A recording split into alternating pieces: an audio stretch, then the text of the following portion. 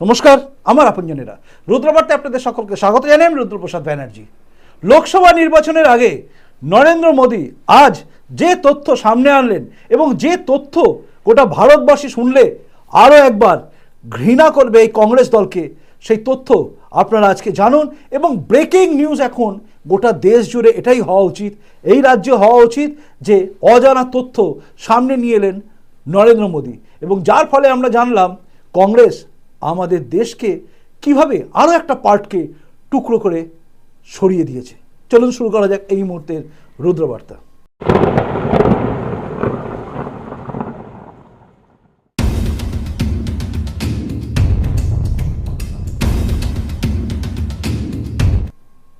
আজ উত্তরপ্রদেশের মিরাটে একটি বিজেপি জনসভায় দাঁড়িয়ে নরেন্দ্র মোদী বেশ কিছু কথা বলেন।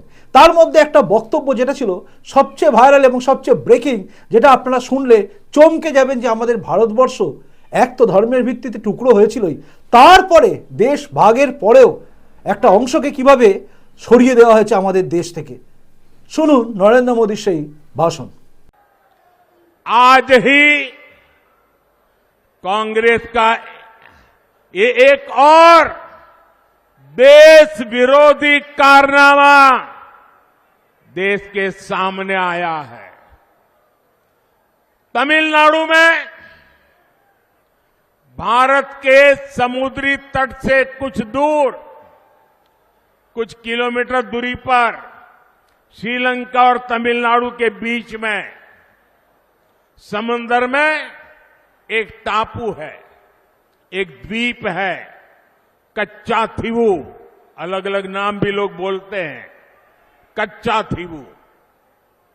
ये द्वीप सुरक्षा की दृष्टि से बहुत महत्वपूर्ण है। देश आजाद हुआ तब हमारे पास था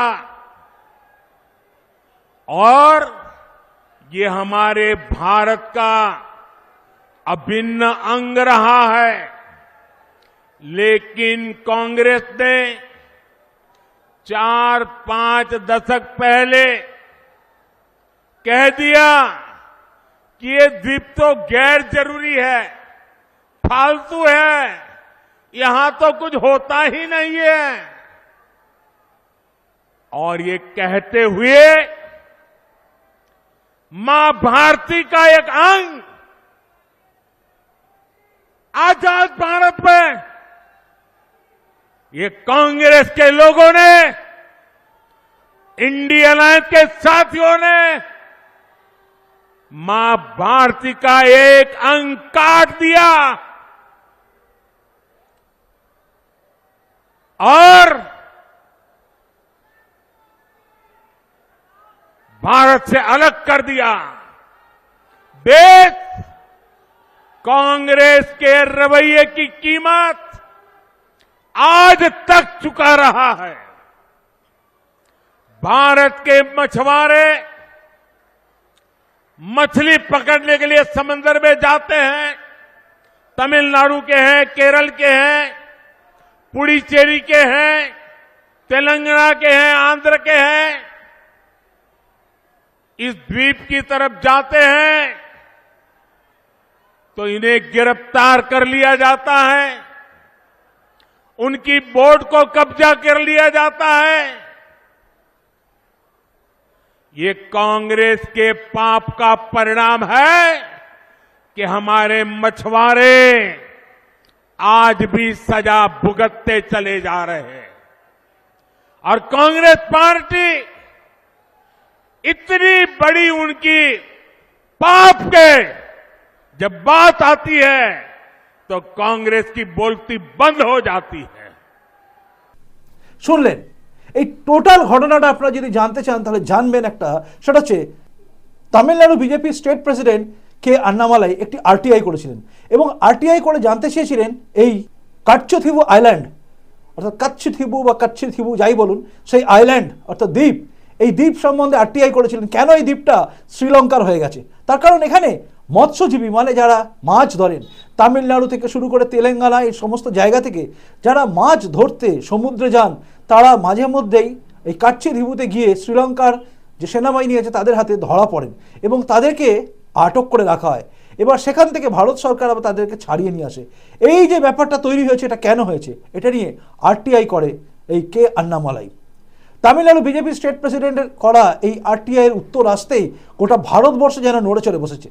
গোটা ভারতবর্ষের মানুষ অবাক হয়ে গেছে যে কিভাবে একটা পুরো আইল্যান্ডকে অর্থাৎ দ্বীপকে ছেড়ে দিয়েছিল ভারত সরকারের হাত থেকে, ছেড়ে দিয়ে শ্রীলঙ্কাকে করে দিয়েছিল এই কংগ্রেসিরা।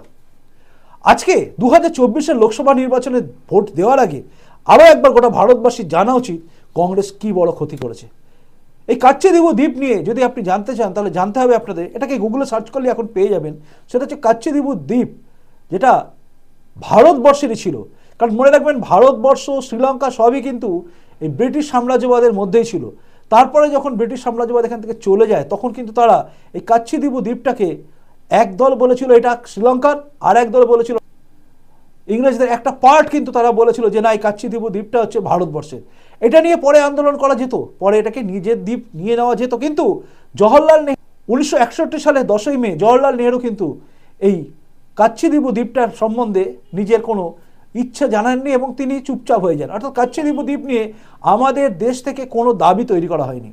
তারপরে দীর্ঘদিন চলেছে এই কাচ্চিদ্বীপ দ্বীপটা, না ভারতে না শ্রীলঙ্কার, দুজনেই সেখানে যাতায়াত করতে পারতো, এরকম একটা জায়গা ছিল।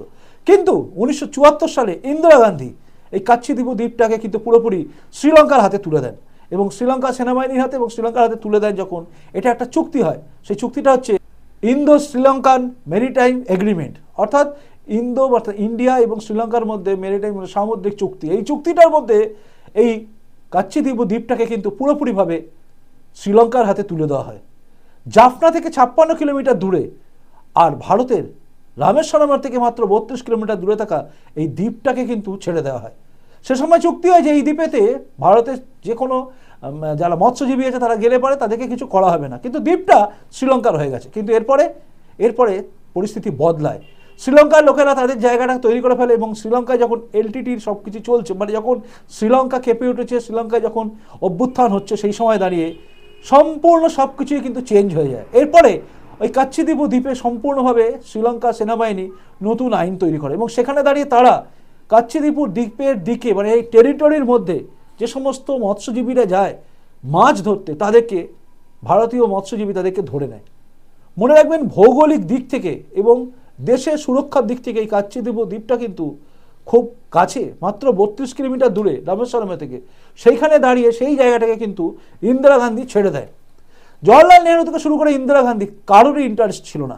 আজকে এই তথ্যটা কিন্তু সামনে এসছে এবং এই তথ্যটা সামনে আসার সঙ্গে সঙ্গে আরও একবার গোটা ভারতবর্ষ জানতে পারছে যে কিভাবে কংগ্রেস শেষ করে দিয়েছে আমাদের দেশটাকে। অর্থাৎ একদিকে দেশটা টুকরো হয়েছিল কিসের জন্য? সেদিনও টুকরো হতো না। ভারতবর্ষ কি টুকরো হতো?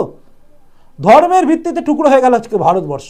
আজকে সিএ হচ্ছে বলে অনেকে রাগ, কিন্তু কেউ বলেন না যে সিএটা কেন হচ্ছে, কেন করতে হচ্ছে। আজকে ভারতবর্ষ দ্বিখণ্ডিত হয়েছে ধর্মের ভিত্তিতে। ধর্মের ভিত্তিতে টুকরো হয়ে যাওয়া দেশটাকে, একটা দেশে প্রধানমন্ত্রী হলেন জওহরলাল নেহরু, আর একটা দেশে মোহাম্মদ আলী জিন্না। মোহনদাস করমচাঁদ গান্ধী দুজনকেই সন্তুষ্ট করলেন। মোহনদাস করমচাঁদ গান্ধী ভারতবর্ষের সমস্ত লোককে বলেছিলেন যে আমার মৃতদেহের উপর দিয়ে দেশটা টুকরো হবে, কিন্তু দেখা গেল বহাল তবিয়তে তিনি ছাগলের দুধ খেয়ে বেঁচেই রইলেন, কিন্তু দেশ টুকরো হয়ে গেল। আজকে সেদিন থেকে আজ পর্যন্ত আমরা টুকরো হয়ে যাওয়া খণ্ডিত ভারতবর্ষে বাস করছি।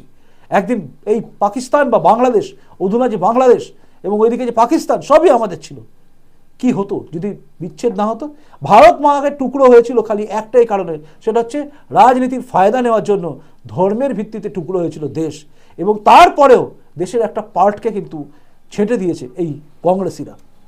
আজকের দিনে আমরা জানতে পারছি সেই ঘটনা, কারণ আজকে যদি নরেন্দ্র মোদী এই বিষয়টা সামনে না আনতেন তাহলে কে আন্নামালাইয়ের করা এই যে আরটিআই এবং এই আরটিআইয়ের উত্তরে যা এসছে সেটা নিয়ে কিন্তু আর আমরা বলতেও পারতাম না।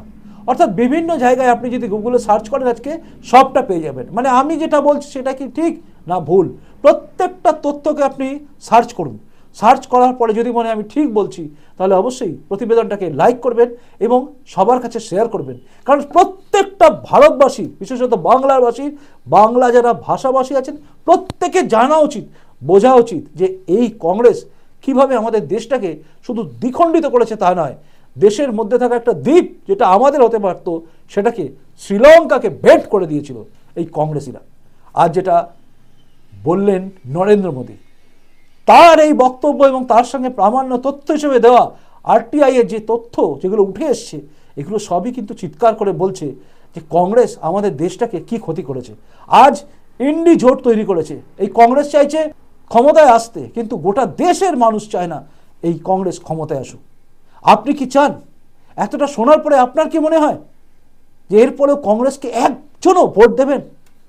মনে হয় বাংলাদেশ থেকে যারা আজকে ভারতবর্ষে এসছেন ধর্মের কারণে, যারা টুকরো হয়ে যাওয়া দেশ বাংলাদেশ থেকে আমাদের দেশে চলে এসছেন ধর্মের কারণে, ধর্মকে বাঁচাতে, তাদের আজকে একটা ভাবা উচিত। এই কংগ্রেস দেখুন একদিন তো দ্বিখণ্ডিত করেছে ভারতবর্ষকে ধর্মের ভিত্তিতে, এই মুসলিম লীগ আর কংগ্রেস দুজনে মিলে। আর তারপরেও 1974 সালে ইন্দিরা গান্ধী এই কাচ্চথিবু দ্বীপটাকে কিন্তু তুলে দিয়েছে শ্রীলঙ্কার হাতে। অর্থাৎ এরা ছাড়েনি।